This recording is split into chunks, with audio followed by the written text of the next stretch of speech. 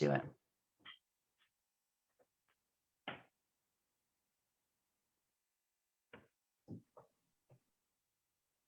Hello and welcome. We are live. Welcome to Hints from HR. I am your host, Nicole Block, and I wanted to introduce my partner in crime today, Becca Ramadi. She is Vice President for TAAEF, and I'll introduce our panelists here in just one moment. As we've been looking through topics that are going to be something that you guys can dig into or look into as you're looking to either join our industry, or if you currently work in our industry, that you could really leverage to find that talent. We thought about attitude. We thought about hiring for attitude and talking about that. And we want to kind of open with a quote. We always talk about why we're here and what we want to discuss. We thought we'd open with a quote that says, "You don't hire for skills, you hire for attitude. You can always teach skills." And if any of you guys follow Simon Sinek, he has quotes just like that about attitude and also similar things. We felt like that was poignant to open up our podcast today because, I think as an industry and really hopefully, in the job force, most people would agree that you hire for attitude. But what does that look like? So we are really, really looking forward to visiting with our panelist. And I'm going to let him introduce himself here in just a second. But Mr. Cody Osterman Rivas is one of my friends. I'm so excited again to have him here with me. But he is the sales executive for InterSolutions here in the DFW areas where he's based. But he also has worked on the operator side and the supplier side. He has 11 years experience, and I think that he has really a unique perspective in hiring for attitude and really bringing things to our industry that we need. So I want to give Cody an opportunity once again, say welcome, and then give you a chance to kind of tell us your story and how you got to multifamily and where you are today. So welcome, friend. Welcome. Hello. I'm so excited to be here. Yeah, Cody Osterman, and I'm, operator side, supplier side, and been with InterSolutions a little, over 8 months. And, I love, being able to, be the connector for our operators and, bringing the experience of, my on the operator side and also on the staffing side. It's so rewarding to be able to find that talent and B, connect it with our operators and, just we love to see new talent. I mean, I'm a story myself, starting, right out of high school and, scared as heck to, go to an interview and, someone took a chance on me and someone saw that, skill set that, there's something in me that, brought me in versus, having someone who had experience and, still fighting my way through and, 11 years later. Well, let's talk a little bit about that specifically, Cody. So, you mentioned experience and someone taking a chance on you. We're definitely going to have an opportunity to discuss that in more detail. But you started on site, you went in, and then you went into marketing. So you worked as an operator. Tell us a little bit about what that looked like, and then when you worked for InterSolutions and also any other suppliers, what that looked like too. So give us a little bit of your history.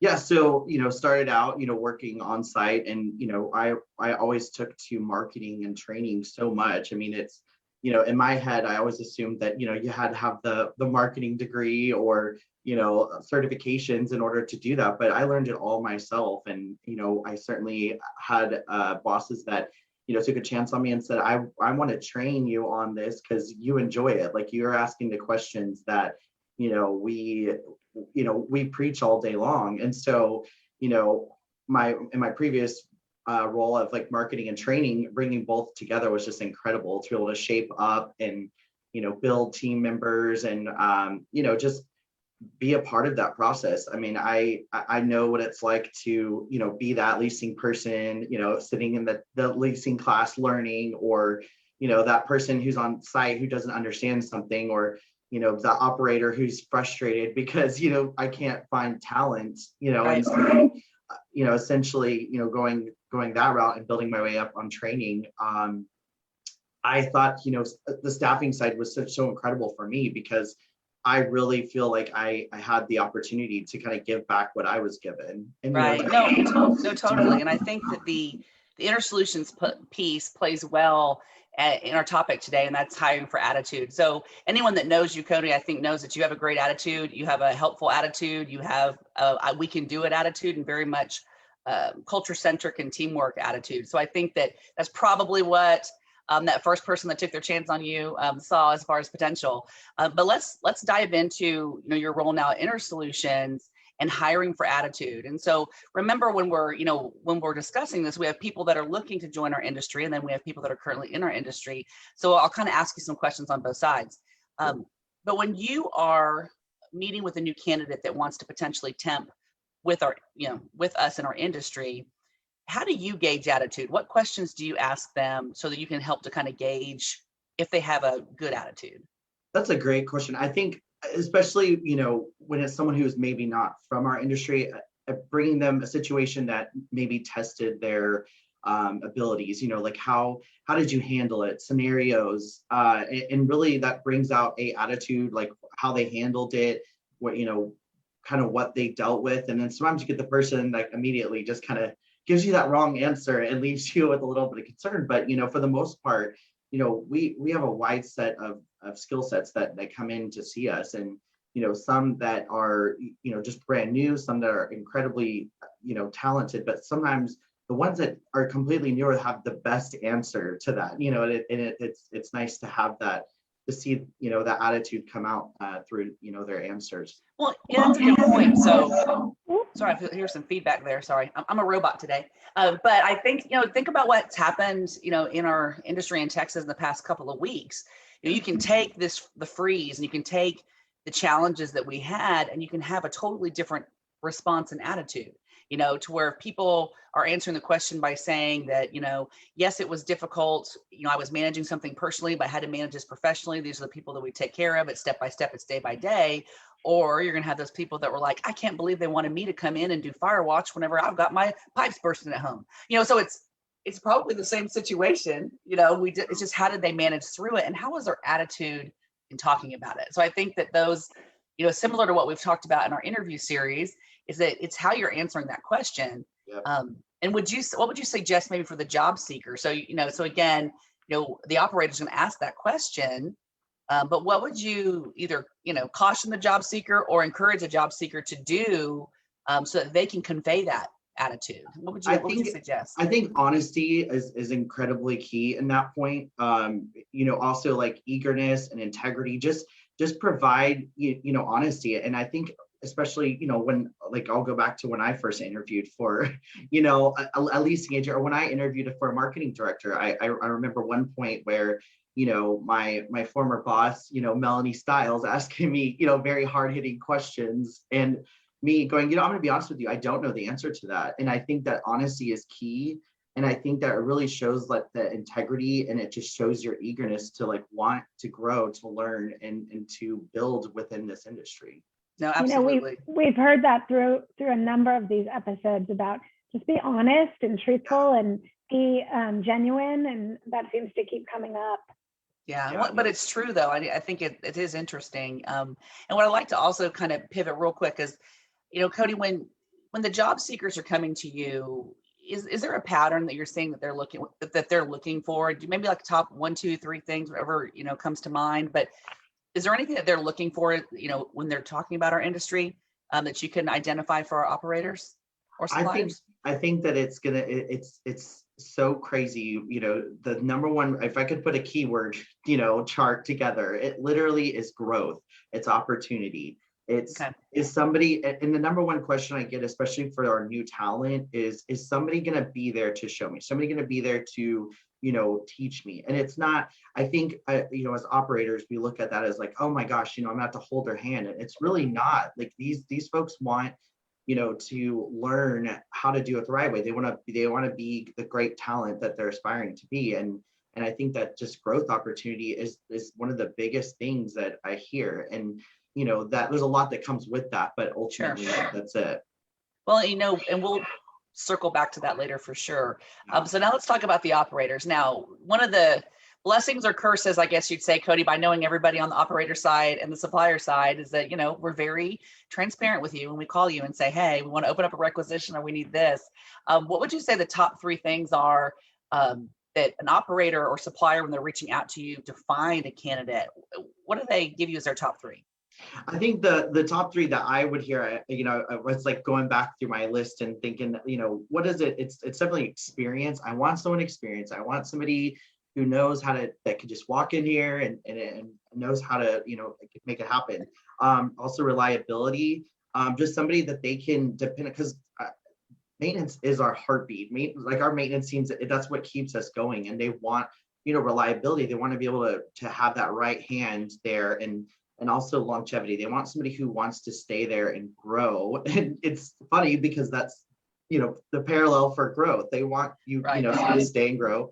Our new talent wants also to grow. So yeah, and that's interesting. So you have, and right now, again, with these types of podcasts and talking to such a vast, kind of experience pool that we have, is that, operators and job seekers, you're not far off. We're not far off the mark here. So if you have a job seeker that's looking for growth and development, and you have an operator that's looking for dependability, right, and they're looking for longevity, experience is what we need to talk about. Experience is a double-edged sword. I would say is that sometimes, you hire someone that has all this experience, but it might not be good for your culture, or it might not be a good fit for your team dynamic, or it might not be the way you as an operator or supplier want your employees to do that task, the way that, et cetera, et cetera. So it is interesting with experience. That, what are your thoughts on that, Cody? That, as far as, you obviously were brought in without experience, but do you find any patterns? Have you talked to any of the operators, when you have to go back and tell them, I have these candidates, but they don't have experience. How do you kind of walk through that? I think that, again, we're going back to honesty, transparent, being transparent. And I mean, that's something that I'm like, hey, we have these candidates out here, but the one that's calling, the one that's showing up, the one that's doing the best job is the one that may not have everything that you need, but it's certainly something that we can train on. And I think that, I'm seeing out there that there's some operators that are like, I'm willing to take the risk because we will pay to have, to HVAC, certification, or any kind of, certifications at all. We're willing to do that. And I'm seeing more of that now than I ever have. And I love to see that, because that's providing that growth opportunity.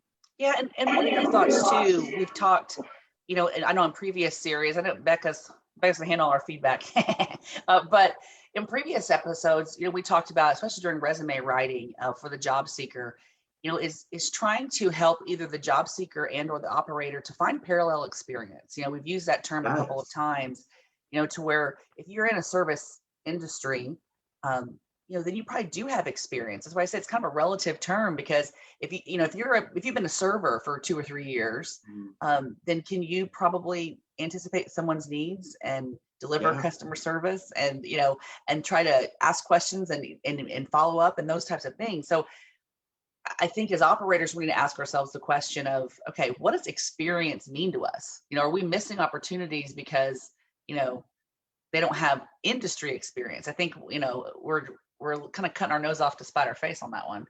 Right. But what are your thoughts on parallel experience, and how do you have you had to have those conversations with job seekers to kind of help show them how they fit? We have talent match tools that we specifically relate to, resume versus experience, and try to in the interview process vet that out and really explain the parallels and how similar they are. Because nothing frustrates me more than an interview with someone who doesn't have experience. Like, well, I don't have, but I'm like, you have everything here. You have more knowledge in this than the most experienced leasing person or the most experienced maintenance person. And really building up that confidence and explaining and matching the talent with what's needed out there is key. And I think that we have people that have vast knowledge that can be utilized on property and bring that skill set and growing it. So I think that it's key for the interviewer, the person to take that time to explain the parallel and really match it up with what's needed and what they know. Well, and similar, as we've tried to take a lot of this information and hopefully again open a dialogue between the job seeker and the operator and supplier, is that I think in this instance, I think the operators or suppliers probably could ask that question. But to your point, you're trying to kind of build up that candidate to say, actually, you do have parallel experience. And if we don't have those conversations, it's hard for us to sell ourselves in an interview, So I think as a job seeker, if you're listening to this, truly understand that parallel experience and be able to give examples and be confident in how you present it. Because if you're not presenting confidently that you have that experience, then as an operator or supplier asking the question, I'm not going to believe it. I mean, it's always like, because again, it's every hire is a calculated risk. So it's not that taking a chance is a challenge. It's just how calculated, is that risk. What is it? Confidence is key. Oh yeah, confidence. We have attitude. We have confidence. It is interesting because they're not talking about technical skills. And we are not hiring people to operate on people's brains. So there's not a technical, component. We're hiring someone to have a servant's heart. We're hiring someone to be a problem solver. And I think sometimes we overcomplicate things. On both sides, as a job seeker and as the operator. Yep. And now also, Nicole, sorry. Now is such a great time to have these conversations because operations and how things are being done, they're changing. We've had this weird year where we've had to, do things differently. And a lot of those things are going to remain, how things go back to normal. And so now is a great time to think about that and to look differently about how you hire. And I don't know, Cody, if you're seeing that yet. Oh, for sure. And I think that, just all the challenges that we're facing now, this is kind of maybe a little off on examples, but, I was somewhere the other day where we saw a girl struggling with, the COVID procedures and trying to manage. It was a little pizza place. And I was in there and I'm looking at her and she's handling, everything, just fine. And I'm like, you are working so hard. And she was so great at customer service. And right then and there, I'm like, give me a call if you're ever looking for a job, Yeah. And I think that like this now is a time that we're seeing more stress put on our teams and on just everything around us. And I love that, we're really thinking out of the box right now. And we're really looking at like on previous series, like, talking about other industries that we could tap into.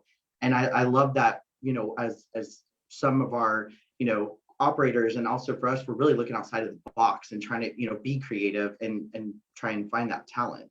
Well, and I would just challenge, as the disruptor on the call, just kidding, but I would really challenge the operators, to really ask yourselves, are we really thinking outside the box? Are we really looking at other industries?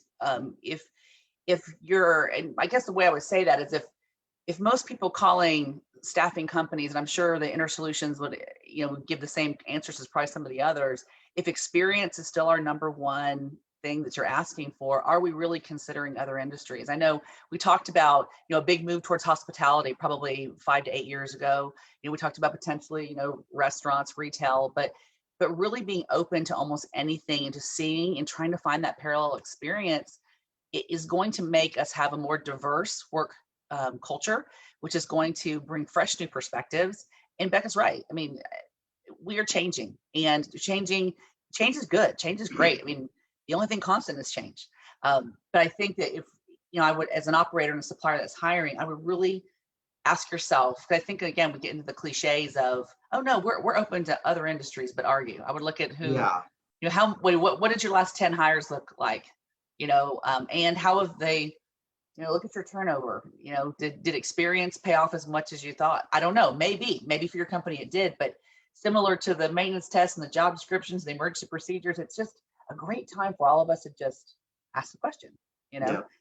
So let's talk a little bit though. I know when we were doing our intake, one of the things that I found interesting to kind of help connect the job seekers and the operators, Cody, is that sometimes the operators ask for things that are contradictory or that don't make sense.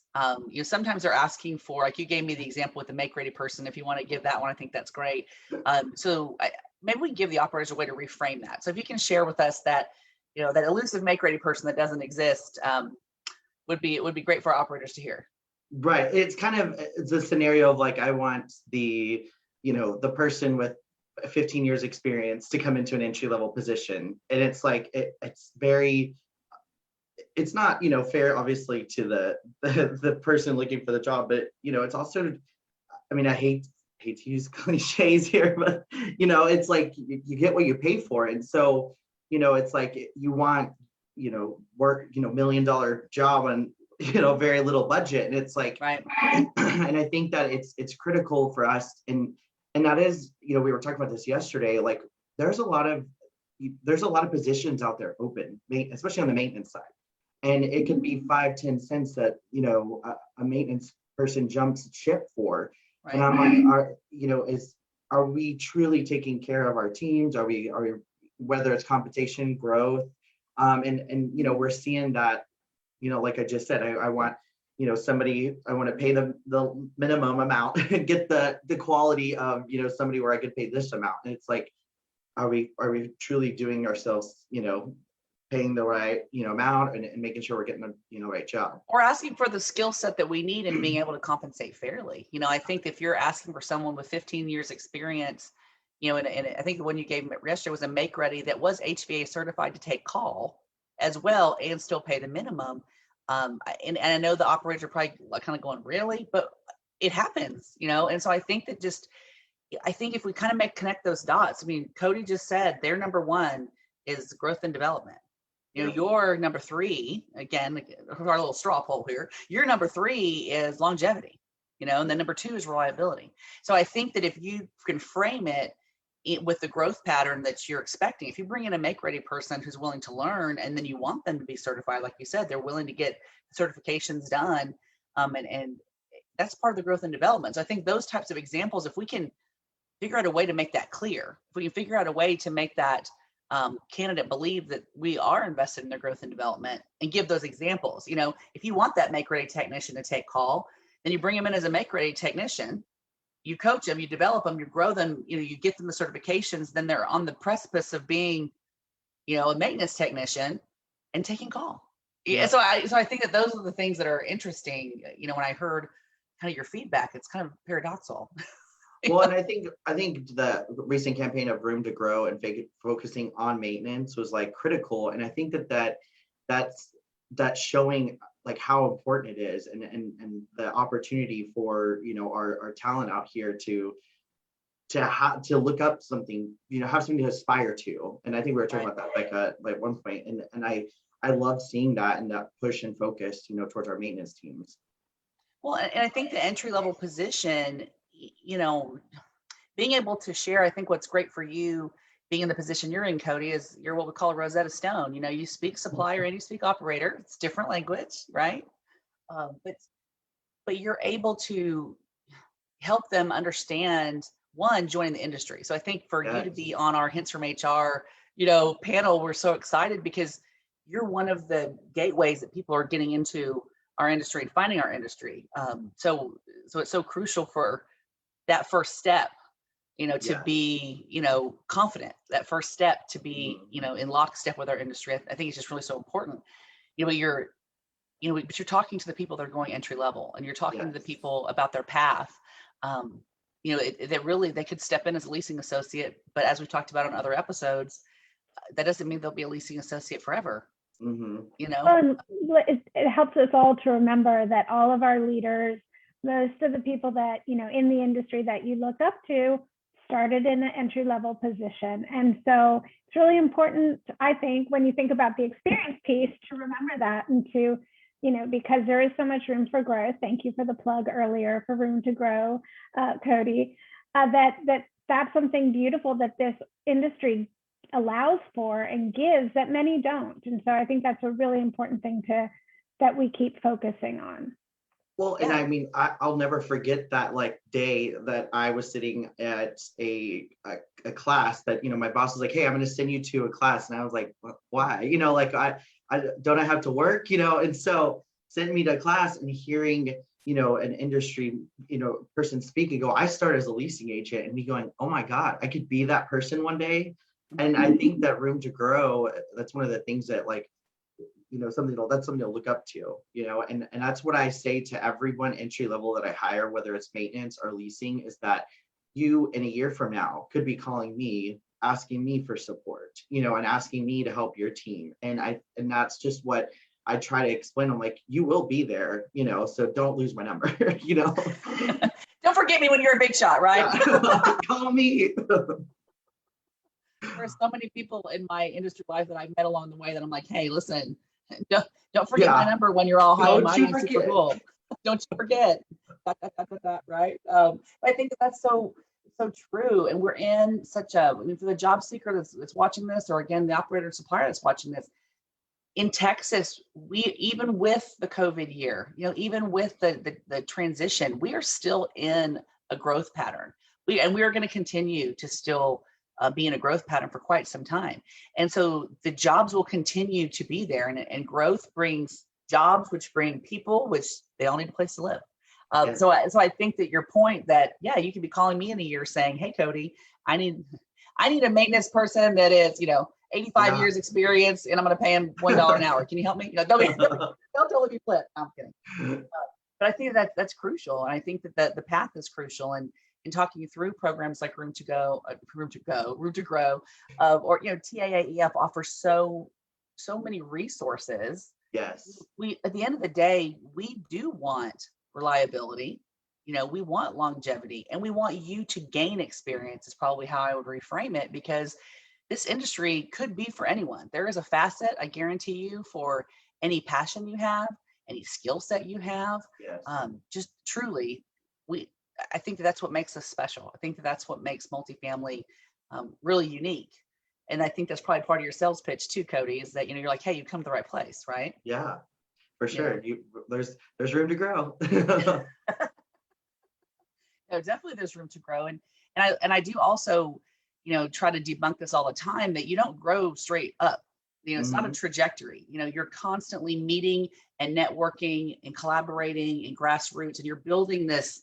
It's almost like a root system or a quilt, or however you want to envision it, that is really strong. And when times are tough, like we talked about last week in our recap, when you need to pull on that quilt, or you need to pull on that, that root system, we're there. We are supportive, and we hold the tree up. We make sure that we do what's necessary, and that takes time. But it also takes great people. And so, again, shameless plug for the job seeker, come and join us.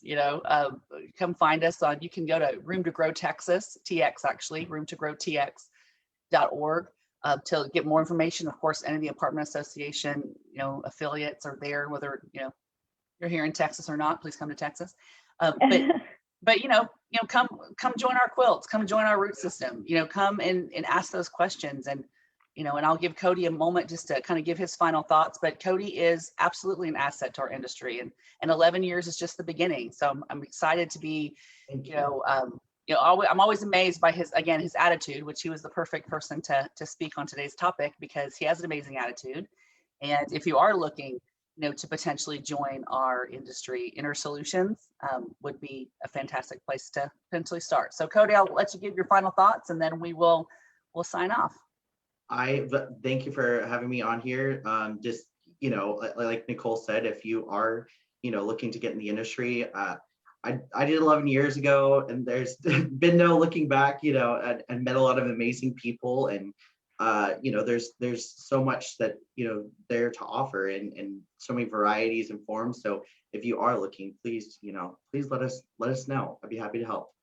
All right. Well, remember, we don't hire for skills. We hire for attitude, because you can always teach skills. So make sure that you remember that. And just as with any of our other episodes, we're just hoping to open a dialogue. If you're already doing this, then you're heading in the right direction. And if you have any other topics or comments like we've talked about in the past, please let me know. Please let Becca know. Please let Blaze know. He'll be back next week. I know y'all are missing him. But we want to ensure that we are talking about topics that will benefit you and that will benefit our industry. So with that, we will bid you adieu. Thank you, Becca. Thank you, Cody. Thank you, everyone out there in Facebook Live land, and we'll see you next week. Thanks, Nicole, and thanks, Cody. I'll put the Room to Grow website in the comments, as well as if you're an operator, we have a resource center that goes along with the website. So you can email TAAEF@TAA.org, and I can send you the information on that. So thanks, everybody. Thank you. Bye-bye.